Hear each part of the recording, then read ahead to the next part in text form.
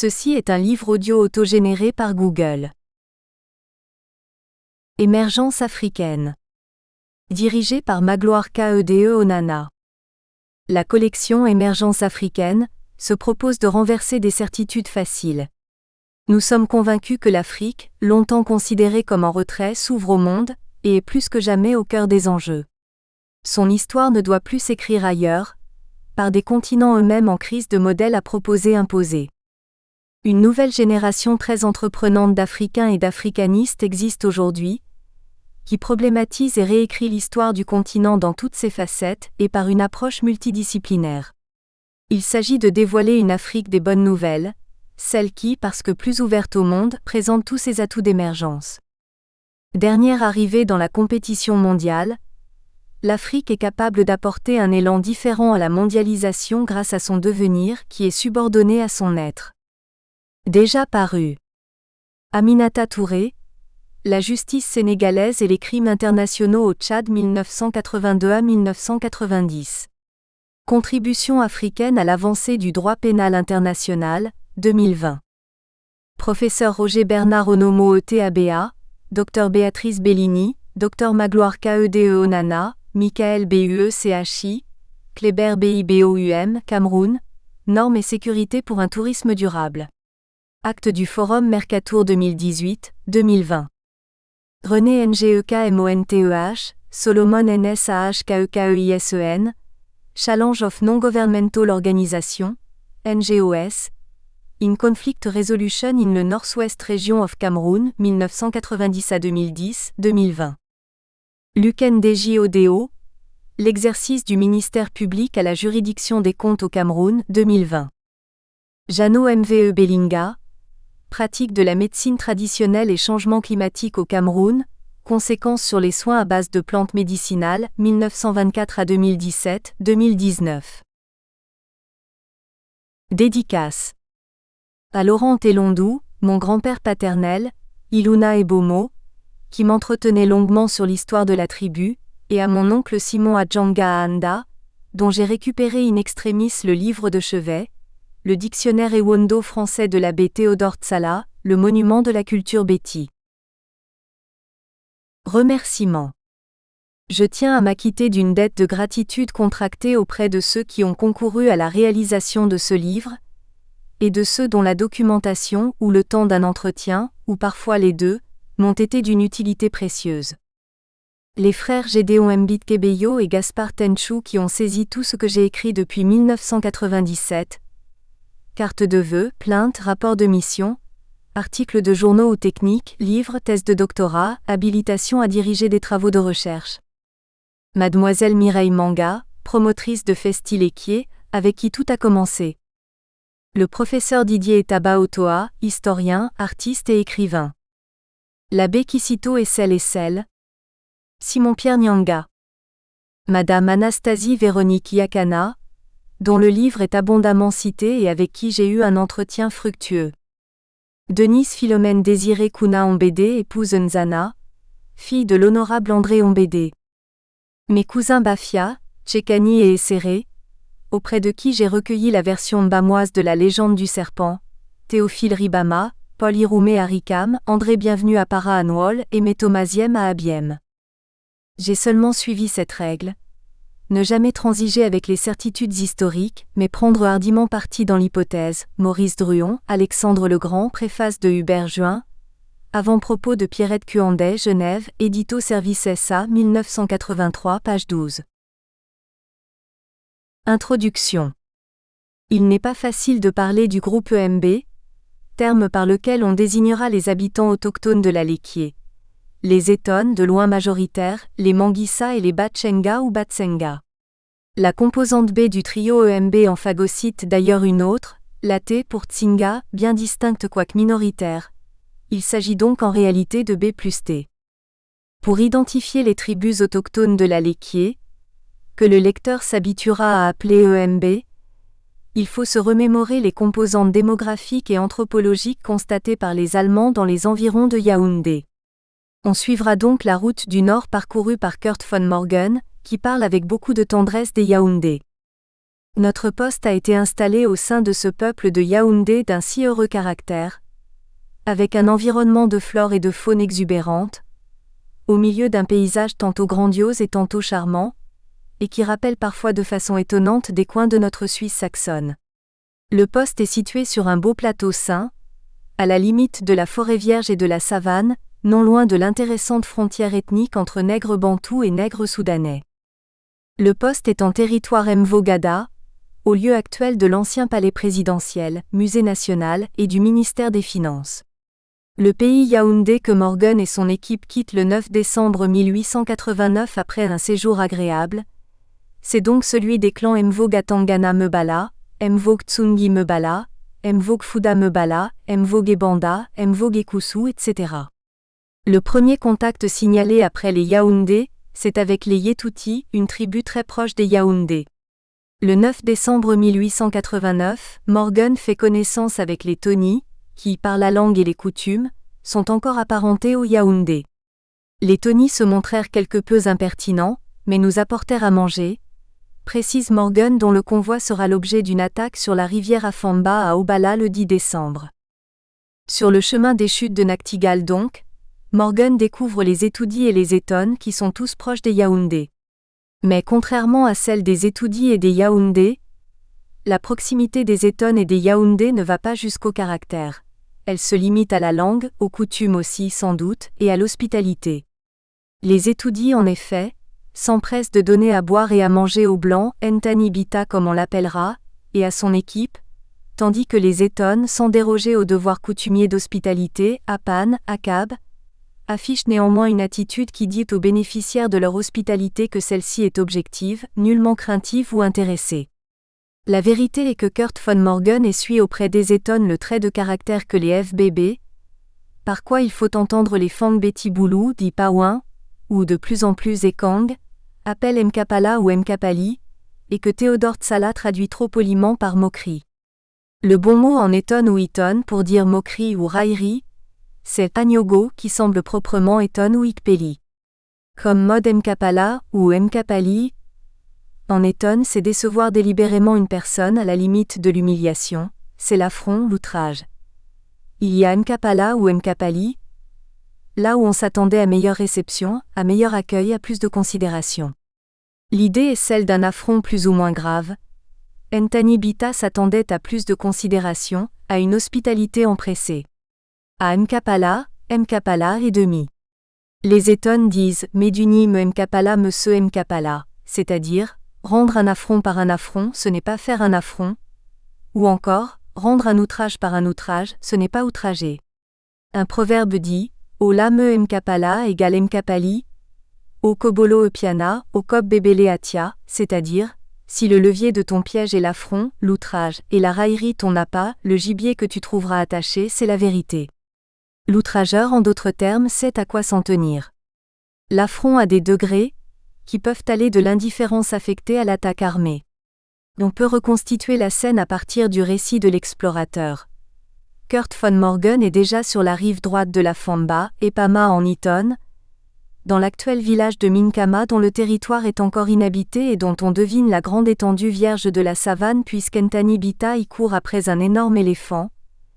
La caravane achève de franchir le territoire de l'actuel Camp Aoussa, dans l'actuel Elige Bessala, à l'époque pareillement inhabité, les Mbogmelono, dont Bessala Melono, Bessamlono, nom du premier chef des apostrophes. Obala, habitaient alors au village Mboa2, où se trouve la tombe du fondateur de la lignée régnante de la chefferie de 2e degré d'Obala, Ateb Yana.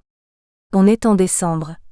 La savane qui a beaucoup poussé après la grande saison des pluies à Cab ne sera dévastée par le feu de brousse, Iviane, que dans 2 mois, pendant la grande saison sèche, Izeb. L'herbe est donc si haute que les assaillants s'y dissimulent aisément. Cependant, le lendemain, à la traversée de la rivière Emephaem, 200 indigènes environ nous avaient préparé une embuscade. Je me trouvais justement en compagnie de mes 2 domestiques, séparés de la caravane, à la poursuite d'un énorme éléphant, lorsqu'une violente fusillade sur l'arrière me contraignit à faire promptement demi-tour. Je regagnais la rivière. Mon superviseur noir, Cornelius, se tenait bien avec une vingtaine de porteurs sur cette rive-ci, À coups de fusil bien ajustés, il avait chassé les assaillants de la rive d'en face. Cornelius me rapporta qu'au moment où il entrait avec l'arrière-garde dans la rivière, une bande de Tony armés de lances, émargeant des buissons, était tombée sur eux. Ce n'est qu'avec peine qu'il avait pu atteindre cette autre rive-ci, où les buissons formaient un couvert, et le MFM large de 30 mètres un bon champ de tir. Les attaquants qui les suivaient avaient été refoulés, et on avait en même temps réussi à s'emparer du chef qui s'était hasardé trop loin. Sans aucun doute, la cause de l'embuscade était ici comme dans la plupart des cas l'appât du pillage. Les Tony non plus ne voulaient pas laisser échapper un butin aussi rare que l'expédition d'un blanc pourvu de belles étoffes, de perles et last not least, de fusils. Je ne pris pas à la légère cette attaque qui aurait pu me devenir fatale. Je résolus de faire un exemple. Le dernier paragraphe montre clairement que Morgan avait déjà antérieurement essuyé des attaques analogues de pillards, mais il s'en était fallu de peu pour que celle d'Obala lui fût fatale. Même s'il ne le signale pas, il apprécia cette embuscade en professionnel. Les Eton en effet s'étaient montrés bons stratèges. Ils appliquèrent la technique du camouflage d'une manière efficace. Ils firent preuve de patience, car au lieu de se jeter sur la caravane avec avidité, tenant compte de l'infériorité de leur propre armement, ils l'attaquèrent alors qu'elle était déjà engagée dans la rivière, c'est-à-dire au moment où une troupe armée est le moins en état de se défendre, et de plus, ils se montrèrent particulièrement audacieux. Si les pillards avaient disposé d'un équipement d'assaut plus conséquent et d'une puissance de feu moins rudimentaire, la caravane de Kurt von Morgan aurait été décimée, sans compter que l'explorateur lui-même pouvait succomber pendant l'affrontement. Ce sont ces réflexions d'homme de métier et d'expérience qui poussent Morgan à la résolution de faire un exemple. Quelle que fût l'idée que l'Allemand dut concevoir de la vaillance au combat des Eton, nul doute que dans le cœur de Ntani Bita, Lewondo et Letudi l'emportaient sur l'Eton. La différence entre les deux groupes devait lui apparaître comme étant de l'ordre de celle qu'il y a entre les dispositions à la politique et les dispositions à la guerre.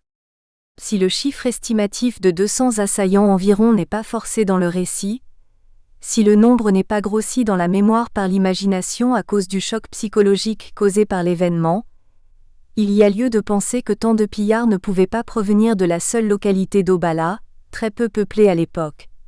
En plus de jeunes esselés, Isseli en étonne que Philippe Laburte et Jean-Pierre Ombolo rendent responsables de l'attaque, il y avait donc aussi, incontestablement, les voisins c'est-à-dire les Meigné-Kolo et les Mbokani, informés par le tam-tam à palabres, qui avait tant impressionné Morgan. Le récit de l'explorateur allemand permet de dresser une carte caractérologique des tribus Béti depuis Yaoundé jusqu'à Ntui, après la Sanaga, où il fera connaissance avec la tribu des Mouels, appartenant aux Bantous. Il apparaît que les Eton sont un îlot de mauvais caractère, un atome de caractère parmi les tribus Béti rencontrées à partir de Yaoundé jusqu'à la limite avec le territoire des tribus soudanaises.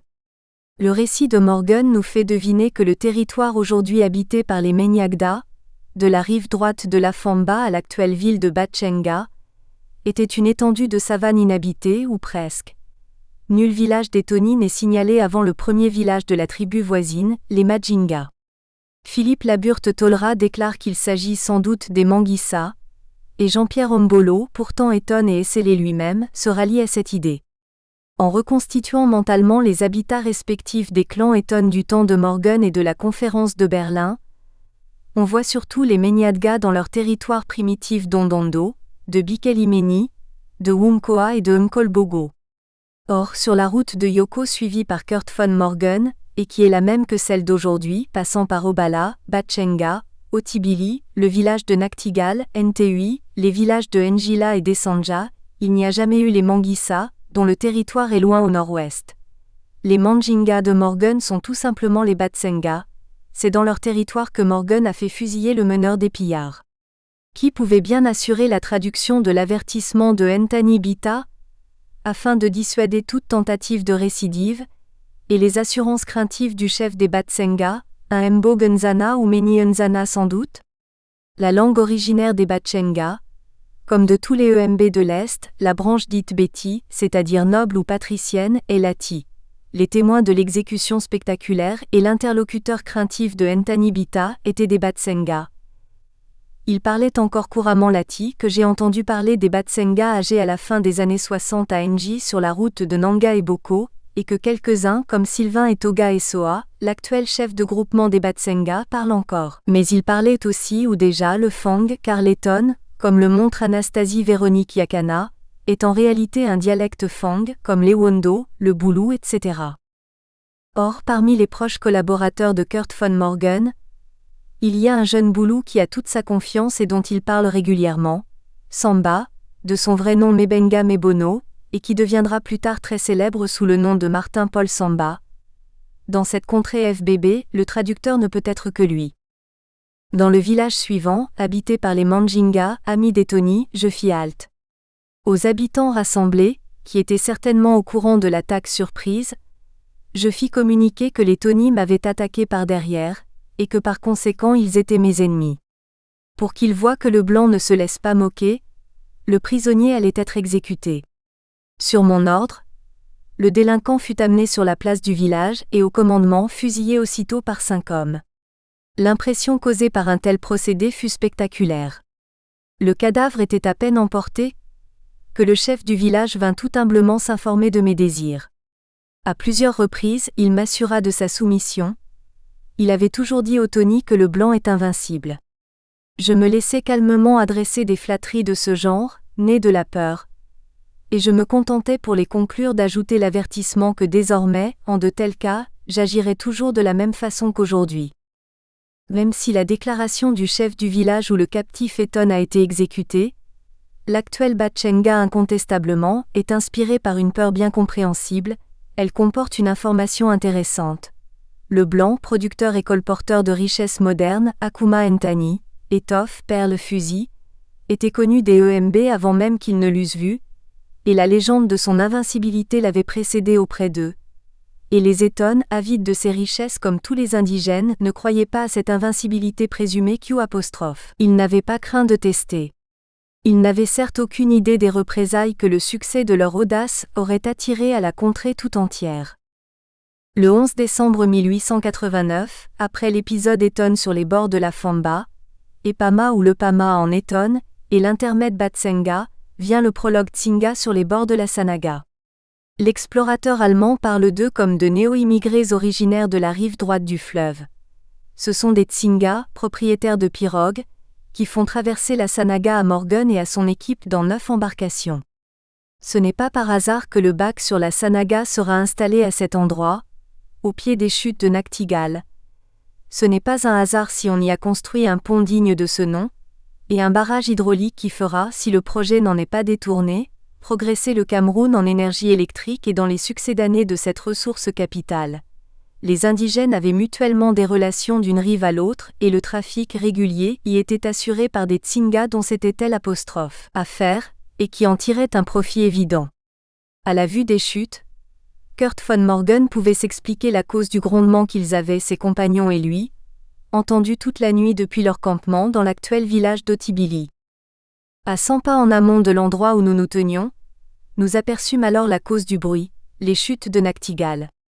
Le fleuve devait avoir à cet endroit une largeur de 400 mètres, et se précipitait en bas en 4 bras, d'une hauteur de 10 mètres, par-dessus des masses rocheuses. Les 3 îles boisées qui séparaient entre elles les différentes chutes contrastaient agréablement avec l'arrière-plan bouillonnant, et donnaient à tout le tableau un charme extraordinaire. Elles étaient même habitées, comme nous le remarquâmes avec étonnement, et cela par les Tsinga qui primitivement étaient établis sur la rive droite, et qui maintenant s'étaient réfugiés là pour fuir les hordes de pillards commandées par Njila et Mango, les 2 plus puissants chefs du Nord. C'étaient des gens charmants, ces ermites sur les chutes. Lorsqu'ils furent convaincus de nos bonnes intentions, ils ramèrent vers nous avec leurs pirogues qu'ils dirigeaient debout, au moyen de longues perches en bambou.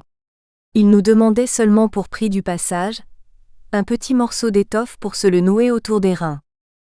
La Leki actuelle est donc le département dont les habitants autochtones sont les Eton, les Manguissa, que Morgan n'a pas rencontrés, les Batsenga et les Tsinga. C'est le territoire natal des EMB, étant entendu que la composante B du trio ethnique, c'est-à-dire B plus T, s'étend sur les 2 bords du fleuve, sous les mêmes noms, contrairement aux composantes E et M, exclusivement identifiées comme telles sur la rive gauche.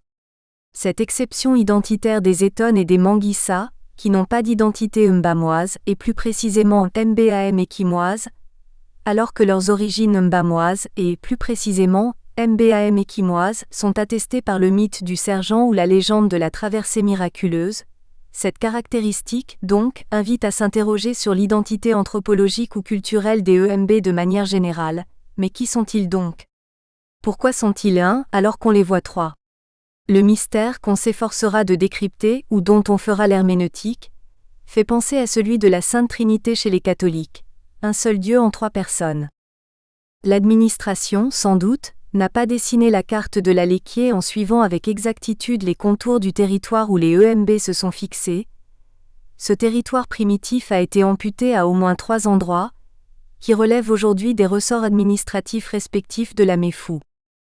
Et Afamba et du Mfundi, Nkomtui avec les Menyendia ou Emombo, que la tradition orale donne pour les frères de même père et de même mère des Essélés, des Menyembassa et des Menyekolo, Ibang dans la Méfou et Afamba, Niom, Messassi et une partie de Nkolondom qui relevait encore d'Okola jusqu'à au moins 1978 et n'en a été détaché que de par la volonté et les démarches du ministre Hans Tsungi, dont le village aujourd'hui cible des assauts expansifs de la capitale, est objectivement à un jet de pierre du centre urbain.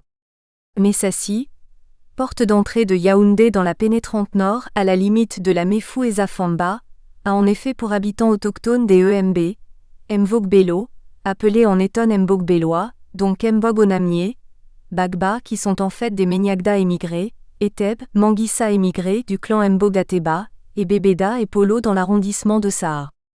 Quant au village Niom, devenu quartier de Yaoundé du fait de l'irrésistible expansion démographique de la ville, l'ADN de l'identité EMB de ses habitants autochtones est décelable dans son nom. Le mot Niom est typiquement Eton et le Fuk, il se dit Nzom en Ewondo. Nzom-mi, emblème fétichixo. Cet emblème était un tronc d'arbre monté sur des fourches feuillues. Ce tronc portait des gravures de sangliers, de panthères et d'antilopes. Les récipiendaires à ce rite devaient danser sur ce tronc. Menyum Bomengakpe, voix du peuple, voix de Dieu. Il faut souligner que les EMB sont une véritable curiosité anthropologique. Il y a d'abord leur langue, un dialecte Fang ou Ekang comme on dit, qui a certes toutes les caractéristiques des langues bantoues, avec des consonnes spécifiques comme kp ou gb. Ekp, verbe abattre, un arbre. Ekapkem, verbe onomatopée exprimant une interjection de forte méfiance. Kapem ou kapem, purée de feuilles de manioc. Kapekpa ou kapekpaza, brosse à dents. Egbei, verbe arrêter, saisir, se saisir de, mettre la main sur, attraper. Inemgbem, le lion, gbeb, le vol. Dès ces consonnes spécifiques déjà, la différence entre l'Eton et les dialectes frères, l'Ewondo et le Boulou est notable. La grande curiosité linguistique de l'Eton, ce sont les consonnes géminées au début des mots, par exemple la consonne vélaire nasale NK, ou la labio-vélaire nasale NM, Nem-mi, la chauve-souris, Non-mi, la dartre, N-mille place Mimville la course, N-meul-mi, la lune, Ne-mille place Mimville terrier narine, N-men-meb, mi, voleur. Ce n'est pas la peine d'insister sur l'absence du F, en Eton qui compense l'absence du P, en Ewondo Boulou. On peut rire de l'une de ces absences à la condition d'accorder que la réciproque est vraie. Avant qu'il ne fût scolarisé, l'Eton disait Ferdinand pour Ferdinand, et l'Ewondo Fost de Folis pour poste de police, d'où dérive Fulus en Ewondo pour police, là où l'Eton dit Pusni ou Puni avec un H aspiré. D'ailleurs, d'autres langues bantoues sont dans le même cas que l'Eton sans F. Le Bassa, le Duala est assimilé, et le Tuki dont l'Eton a hérité cette caractéristique. Le lexique Eton a d'ailleurs beaucoup de mots qu'on ne retrouve pas dans le lexique Ewondo, et inversement. On peut se limiter à un exemple illustratif. L'Eton a enfin un usage inconnu en Ewondo, mais auquel les locuteurs de l'Ewondo pourraient recourir sans difficulté puisque l'Ewondo et l'Eton, ou le Boulou, ont strictement la même grammaire. La pratique des adverbes de quantité à usage apparemment interrogatif, mais réellement affirmatif, Yan, Wan, Lan, Yan, Bon, Man, Mian, dans des questions rhétoriques. L'emploi de ces adverbes de quantité pseudo-interrogatifs et crypto-affirmatifs est toujours gestualisé. Il est toujours assorti du geste de la main qui montre un certain nombre de doigts, et oriente la réponse de l'interlocuteur relativement au nombre de personnes, de choses ou d'événements concernés par le récit. Les grammairiens en prendront bonne note. Pour éviter tout équivoque, il faut rappeler que ce sont des questions à réponse orientée, indiquées par le nombre de doigts du locuteur à l'adresse de l'auditeur et de l'auditoire. Exemple. Le tableau comparatif précédent, qui est loin d'être exhaustif, donne un certain aperçu. Letton a beaucoup de synonymes qui montrent que Letton a subi beaucoup d'influence, a parlé plusieurs langues avant de se fixer dans l'actuel. Il a dû être longtemps bilingue, comme l'est encore le Mangissa, et comme l'est, dans une moindre mesure, le Batsenga. On comprend que les autres FBB ne comprennent parfois Letton que moyennant beaucoup d'attention. On a l'impression justifiée que Letton est un parler récalcitrant. Quand les autres FBB disent Aïssi, Letton dit Aïchi. Avec lui, Mbassi devient Maï, Mpes devient Mpe, Ombessa se dit Ombee, Bekassa se dit Bekaa, Ambassa se dit Ambaa. Ekassi se mue en Ikaï, etc. Letton a des noms qui lui sont vraiment propres, que les voisins Ewondo ou Mvel ont uniquement par voie de parenté ou d'homonymie pour des raisons d'amitié. Iluna, Elondu, Unzomo, Ondobo, Owanza déformé en Oanza, Abengama, Tsanga, Ebode, Iboi, Ewodo, Iworo, Angama, Ingama, Ewolo, Iwolo, Evolo, Ivolo, etc. On a le sentiment que certains noms Tuki, Yambassa ou Bafia ont été filtrés et se sont arrêtés chez les EMB, cependant que le reste se retrouve chez tous les FBB. Omb, Olembe ou Olem, Elomo ou Ilomo, Belomo, Alomo, Biseni, Ayina pour Ayinde, Njoro, improprement écrit Njodo, KE accent aigu DE accent aigu Keri, Itemi ou Eteme, Auno, etc. Officieusement, aucun Letton ne s'appelle Atangana ou Foe, mais Atengen, comme en Tuki ou Po, dérivé de Po qui signifie la nouvelle, le message, l'annonce, Foe en Ewondo. La parenté linguistique entre les dialectes Fang ou Ekang et celle des Bamileke passe inaperçue, quoiqu'elle soit frappante, mais avec Letton, elle est encore plus nette. Enfin, Letton est sans doute, avec le Bakoko d'une part, et d'autre part les dialectes parlés par les Bakosi et les Bafoo de la région du sud-ouest d'autre part, le dialecte Fang le plus proche du prototype représenté rive droite du fleuve dans le Mbamekim parle le Fuk, le Yassem, le Yalongo et le Yangafok. Le tableau est reconstitué à partir des informations de Madame Yakana. Point de mots en F signalés en proto-Fang, ID, Op site, CH1, pp 30 à 35, CH5, pp 120 à 121.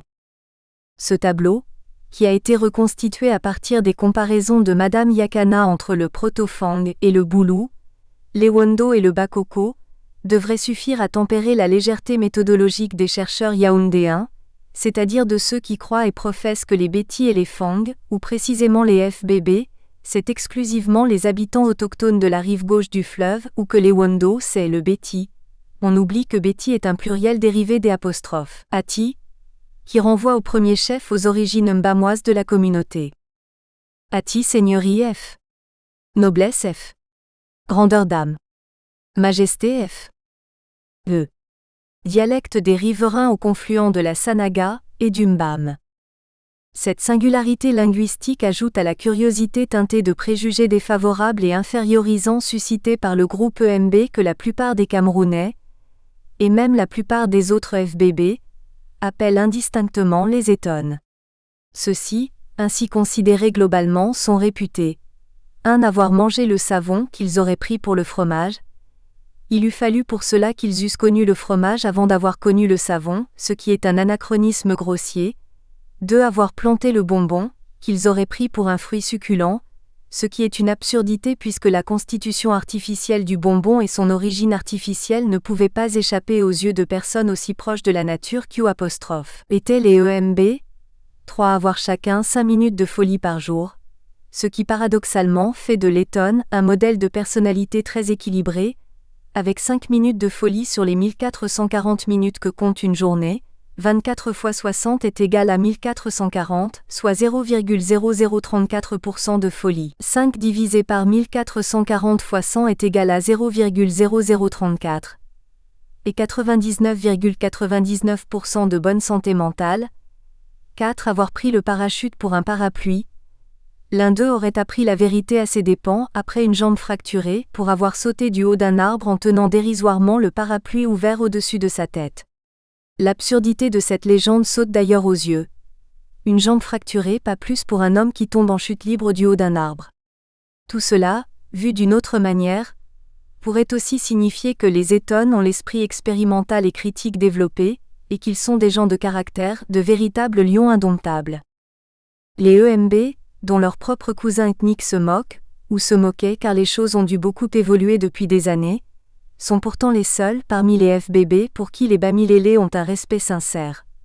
On les appelle d'ailleurs les Bamilékés du centre ou du centre-sud, et parfois on remplace Bamilékés par Chinois, tout cela à cause de leur esprit d'entreprise, de leur force de travail et de leur nombre. Jean-Pierre Ombolo dit que c'est la tribu la plus nombreuse du sous-groupe Beti. Divers chiffres sont avancés. Valentin Nga Ndongo parle de 300 000 habitants, ou même plus, source anonyme évidemment.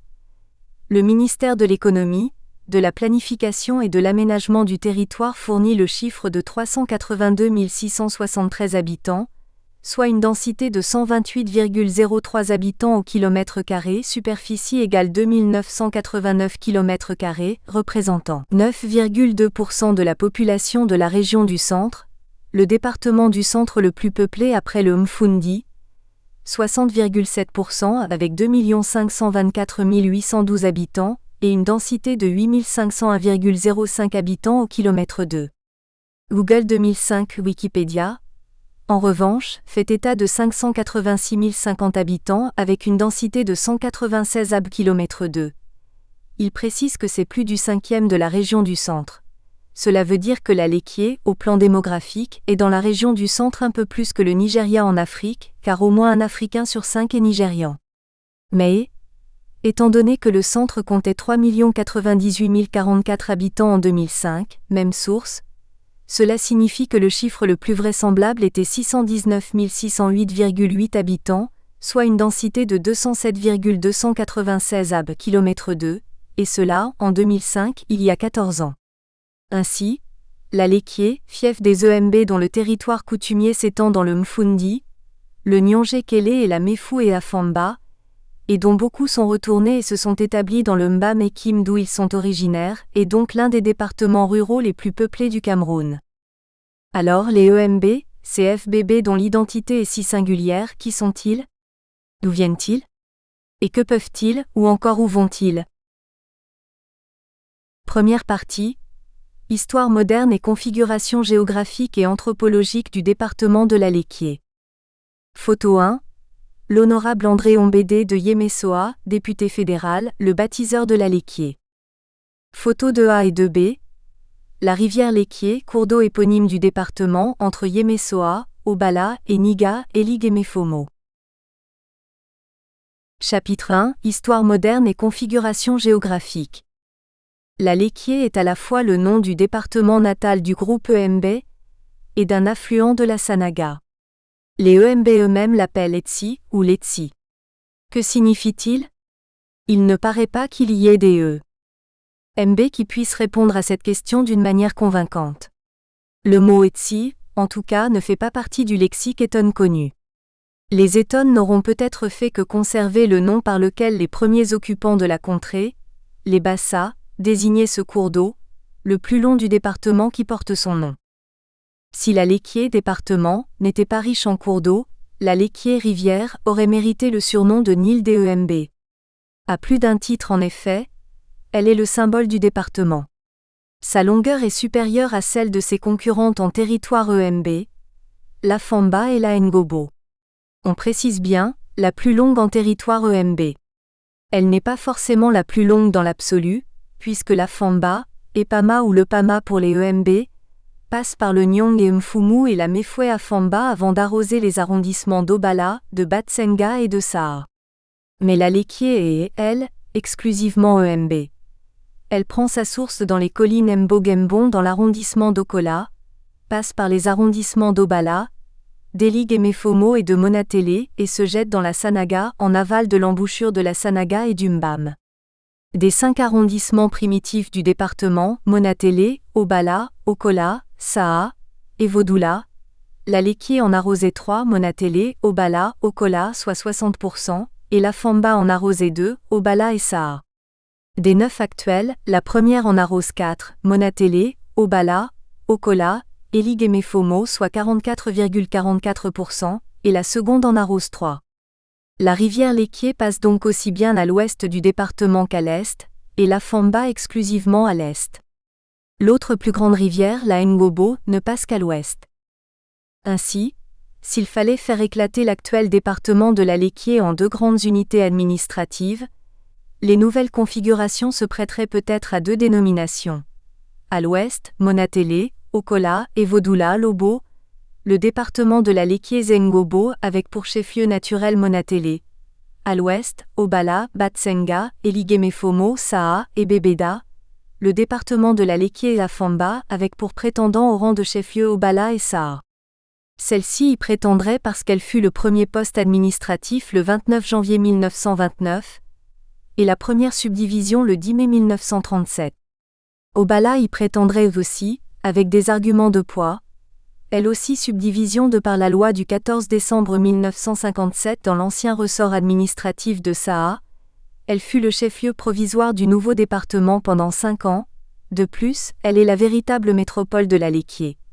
Obala est une ville carrefour, route de l'ouest, du nord, de l'est, du Tchad, de la Libye, de la Centrafrique, du Congo, etc. Elle est promise à abriter de grands investissements, port sec à Nkolmelen, village olympique à Nkolikwi, donc aussi probablement un aéroport. Elle est le siège de l'évêché de la Léquié et de la Haute-Sanaga et le siège de la garde présidentielle. Quand le lycée Leclerc eut été délesté des activités du baccalauréat et du probatoire, Obala, première ville de la Léquié à être dotée des apostrophes. Un lycée, 196-1968, est devenu le pôle de ces examens pour la Léquié, le Mbam, la Haute-Sanaga et au moins une partie de la Méfou et Afamba. Comme département, la Léquié a été créée par le décret présidentiel numéro 64-DF219 du 20 juin 1964, au terme de la suppression du département du Nyong et Sanaga créé par l'arrêté du 8 avril 1935. Chef-lieu Monatélé, chef-lieu provisoire Obala. Le nouveau département est fixé sur l'ensemble des territoires des arrondissements d'Obala, d'Okola et de Saa. Pour la circonstance, le district d'Evodula, département de la Léquié, est érigé en arrondissement. Le grand gagnant aura donc été un simple village, Monatélé. Qu'est-ce qui put bien justifier le choix d'une localité Kidam ? Certains crièrent à la sorcellerie des Ézoques, Enemjebel Izok, les autochtones bellois de Monatélé. Un témoin des événements, maître Vandelin Mvogo, huissier de justice retraité, fait part du motif alors invoqué. L'atout du fleuve, vecteur de la prospérité, l'illustration porta sur Douala et le Wouri, sans doute aussi sur Paris et la Seine. Le temps témoigne, près de 60 ans après, du caractère problématique du lien causal présumé entre un fleuve et la prospérité de la ville par laquelle il passe. Il n'y avait pas de raison que la Sanaga, par le simple fait qu'elle est un fleuve, apportât le développement à Monatélé, à qui profitait en réalité la rivalité devenue inégale entre M. André-Marie Mbida, ancien Premier ministre en disgrâce, et M. Amadou Ahidjo, président de la République, chef de L'. L'État fédéral au fait de sa puissance, et qui faisait fonctionner son pouvoir discrétionnaire afin que nul n'en ignore et n'en doute.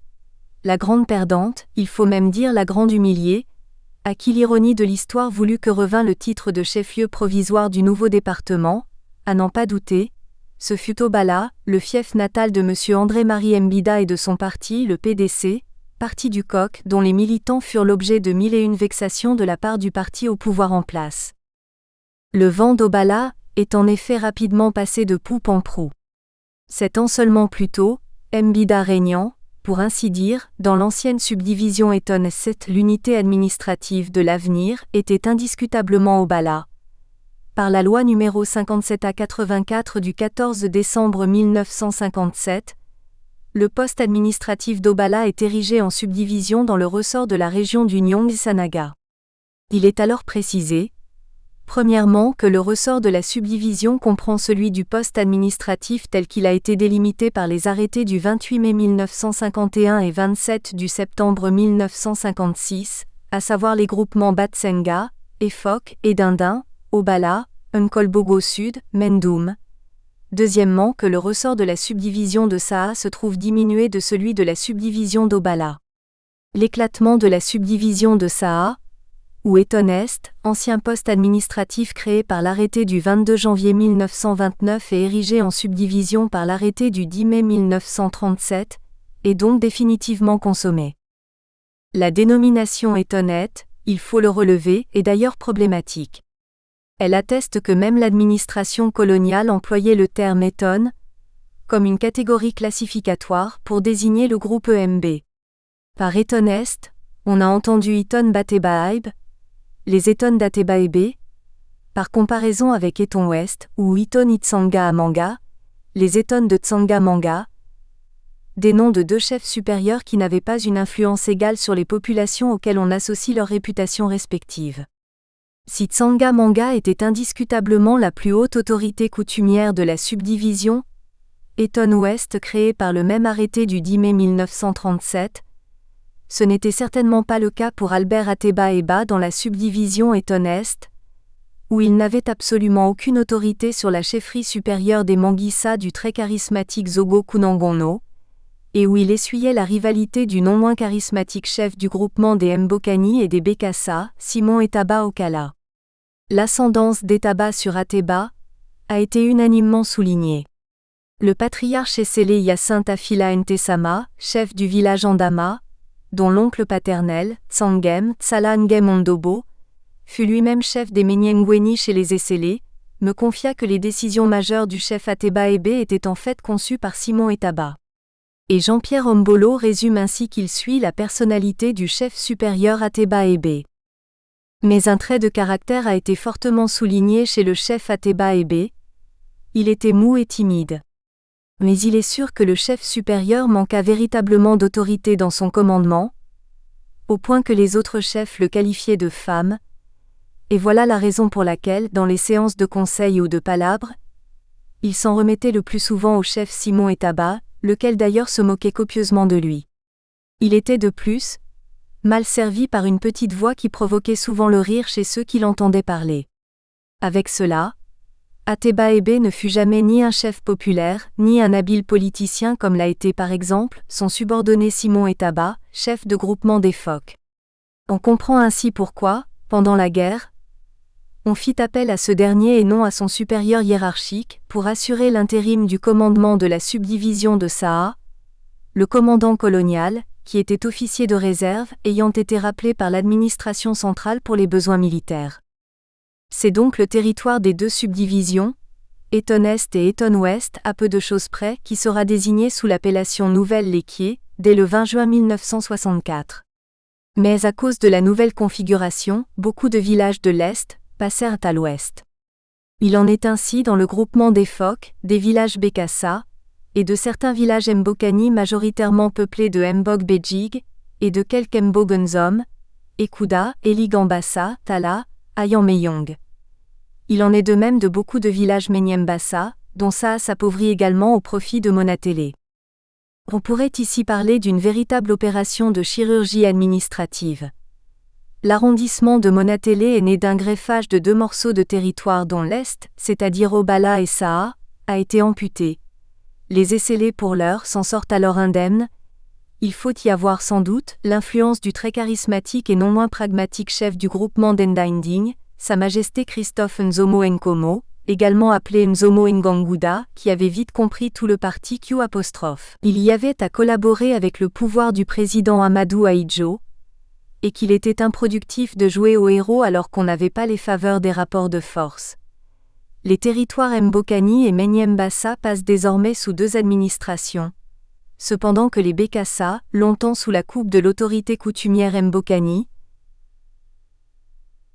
tirent leur épingle du jeu en gagnant en autonomie, avec Kougda comme chefferie de deuxième degré. 4 autres arrondissements se sont ajoutés aux 5 primitifs de la Léquier.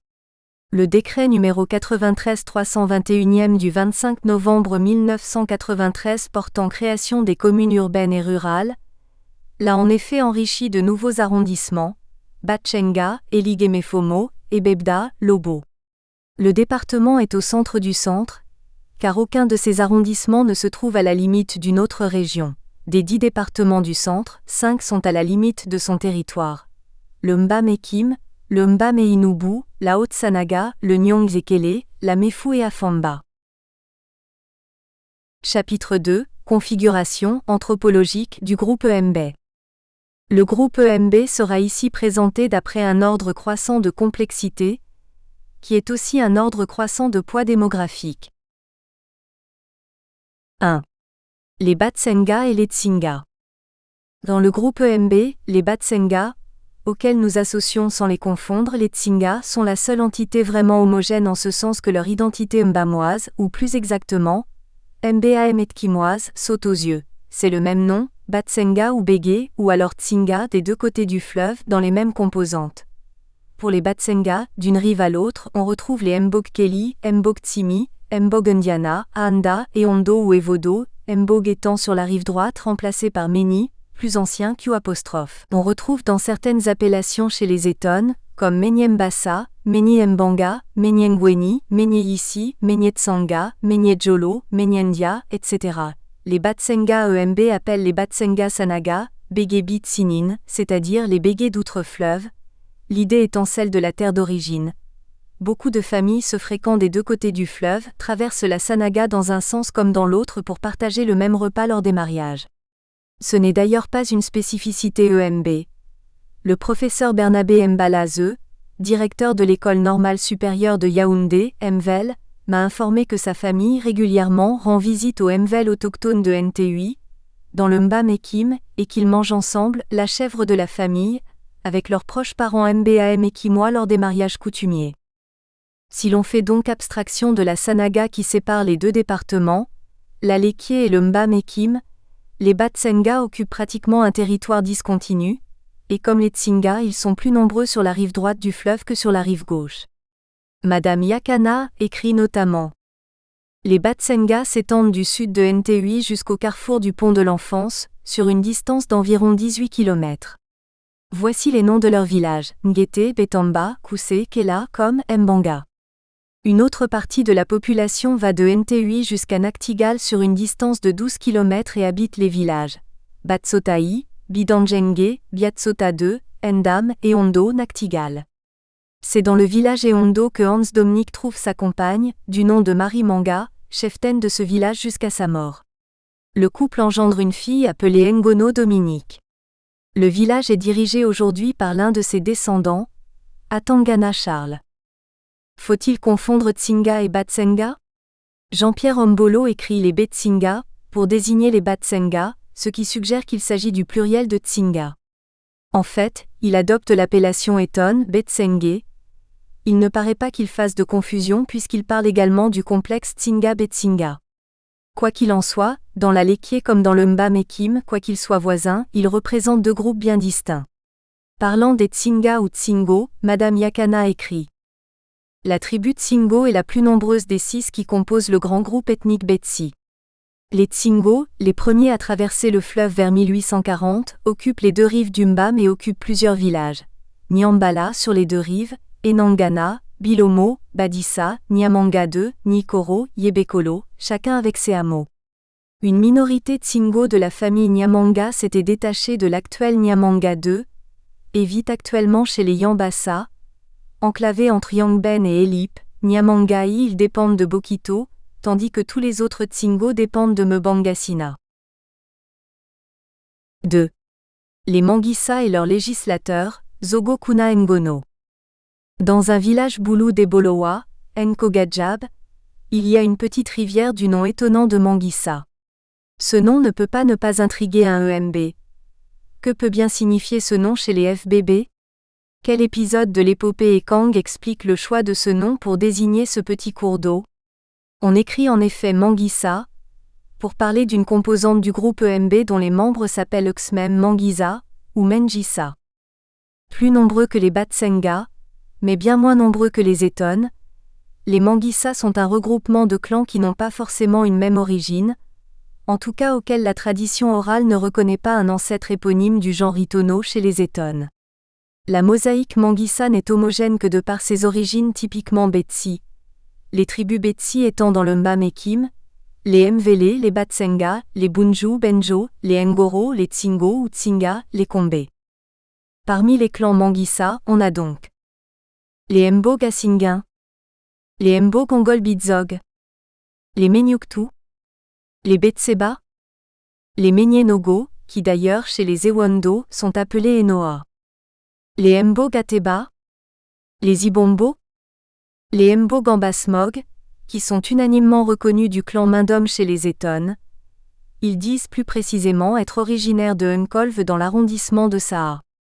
Les Mbo Genzana, ou Meni Nzana qui entretiennent les relations de famille avec les Meni Nzana de Mbanga, clan Batsenga dans le Mba-Mekim, représenté également dans l'arrondissement de Batsenga sous l'appellation Mbo Genzana. Conclusion partielle. Sans le savoir, les Meni Nzana ou Mbo Genzana Mangissa sont des Batsenga. Les Mbo Genzom, les plus nombreux du groupe, sont à l'origine un sous-clan chez les Eton, à savoir les Mbo Genzom chez les Mbokani. Les Ongele. Les Mbokpura, qui disent être les mêmes que les Mbokpura chez les Mainumbassa, et le Mvokfuda chez les Ewondo. Mbogonan, etc. Les Mangissa sont donc peut-être des descendants des émigrés de tous les Betsi du Mba-Mekim. En tout cas dans l'énumération faite par Madame Yakana des groupes Betsi qui ont formé le noyau tribal Mangissa, moins les Mbogenzom et les Mbogambasmog, on doit, sans hésiter, compter les Batsenga, et il n'est pas impossible que les Mvel en fissent partie. Madame Yakana note qu'on les appelait au départ Baungijo. Serait-ce le pluriel de Mongajo, qui signifie en Ati Tuki, enfant? Madame Yakana, en tout cas lors de notre entretien, a parlé de Vingijo, mangeur de prunes. Tout est possible. Si tel était de toute manière le cas, ce nom primitif pourrait bien avoir été donné par des voisins malveillants qui, maniant le calembour, auraient procédé à un jeu de mots à partir de l'appellation Bunju ou Benjo, les ancêtres des Béé, comme les Boulous disent Béti, c'est-à-dire les bêtes, pour dire Béti dans un contexte de polémique intertribale. Quoi qu'il en soit, l'autre nom primitif employé en tout cas en Ati c'est Mburangiso ou Mbuangiso, Mbura ou Mbua ayant le même sens que Zembog ou Meni, c'est-à-dire les gens de, ou bien les descendants de. La tribu Mangissa serait au départ un mélange des Ngoro, des Bunju et des Tsingo.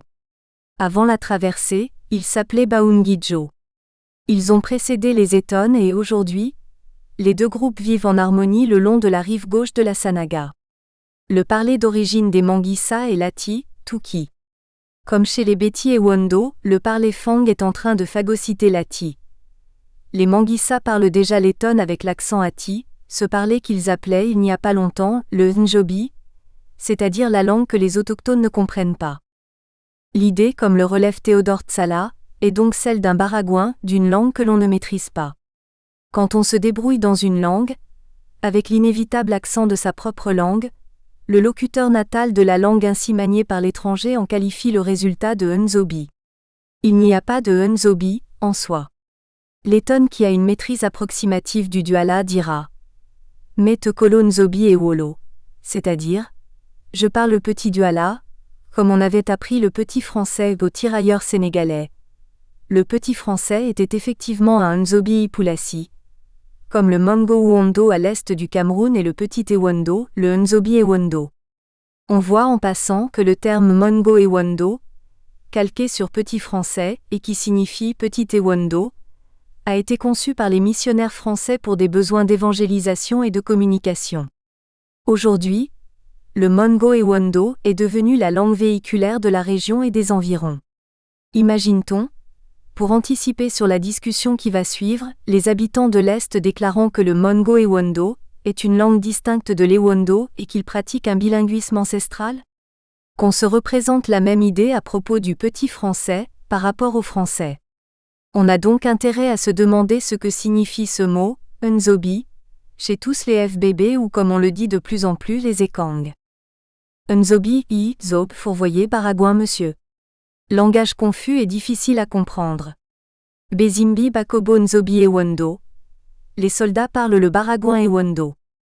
Madame Yakana relève opportunément l'influence de l'accent Ati ou Tuki sur l'Eton parlé par les Mangissa. À l'époque où les communications entre Eton et Zosananga n'avait pas encore atteint le même niveau d'intensité qu'aujourd'hui. Lorsqu'un Osananga, mot Osanana, se mêlait de parler letton, c'était toujours, d'après le verdict d'une oreille étonne avec l'accent, la voix Mangissa, Tsinmunjiya. Pourquoi en est-il donc ainsi? Il a été dit antérieurement que letton est une langue récalcitrante. Pourquoi et en quoi l'accent étonne, Tsiniton, est-il donc récalcitrant? La double consonne SS, on l'a dit, se transforme en H aspiré en étonne, mais Sayiso dit le Mangissa, c'est-à-dire « je ne viendrai pas » ou encore « je ne vais pas venir ». L'étonne dit Ma Yiso. C'est que le Sa Mangissa est Tuki, alors que le A étonne et le Fuck. Les noms étonnent comme Bessadinga égale celui qu'on n'aime pas, Besakanga égale celui dont on ne reconnaît pas le mérite, sont Tuki d'origine. Un nom comme Ambae, dont parle Madame Yakana, les Mangissa l'appelleraient Zambassa, et les étonnes Ambaa. La poudre de padouk pilée que les Befuk appellent BAHE accent aigu, les Mangissa l'appellent Bassa, et les étonnes Baa. Cet enduit de bois rouge d'Ongku, la fille de Njila, amoureuse, s'était spécialement fardée pour son élu Kurt von Morgen. Ma wogo wo bassa minken, dit le Mangissa, c'est-à-dire « j'embellis les manches de tes saguets » qui signifie « j'apporte de l'eau à ton moulin ». Les étonnes disent « ma wogo veba minken ». Le Nzobi, parlé par les Mangissa, est donc l'étonne parlé avec l'accent Ati, avec les intonations Ati. On peut comparer au tapito moatanier, Ati. Au CYE accent aigu N moadiga, Nzobi. C'est-à-dire, tu ne peux pas voir quelqu'un manger? Question d'une mère à son enfant. Apollo, aux obsèques du père de mon beau-frère Salomon Zobo, je me suis fait traduire l'intervention solennelle d'un orateur indigné qui avait parlé en Ati, reprochant avec mépris aux orateurs Mangissa de renoncer à leur langue, l'Ati, pour parler une langue étrangère, letton Nzobi. Madzona. Madzona, mimait-il les autres orateurs Mangissa qu'il traitait littéralement de renégats. Madzona, qui signifie « je dis que » est en réalité Ewondo, l'orateur Mangissa indigné caricaturait à dessein. Cet orateur indigné, qui dénonçait le recul, chez les Mangissa de l'Ati au profit du Nzobi, lui, ne s'y trompait donc pas. Un Mangissa qui se vante de parler sa langue maternelle est censé parler l'Ati, non le Nzobi, terme péjoratif désignant letton, langue adoptée et adaptée par les Mangissa. Enfant, c'est la langue que j'entendais parler les Mangissa entre eux pour ne pas se faire entendre des étonnes. C'est la langue que parlaient entre eux, avec quelques vantardises, certains aînés un peu tonitruants au lycée des apostrophes. Au Bala dans les années 70, pour afficher leur identité. Nous espérons que vous avez apprécié cet aperçu. Pour continuer à écouter ce livre audio sur Google Play Livres, utilisez le lien dans la description de la vidéo.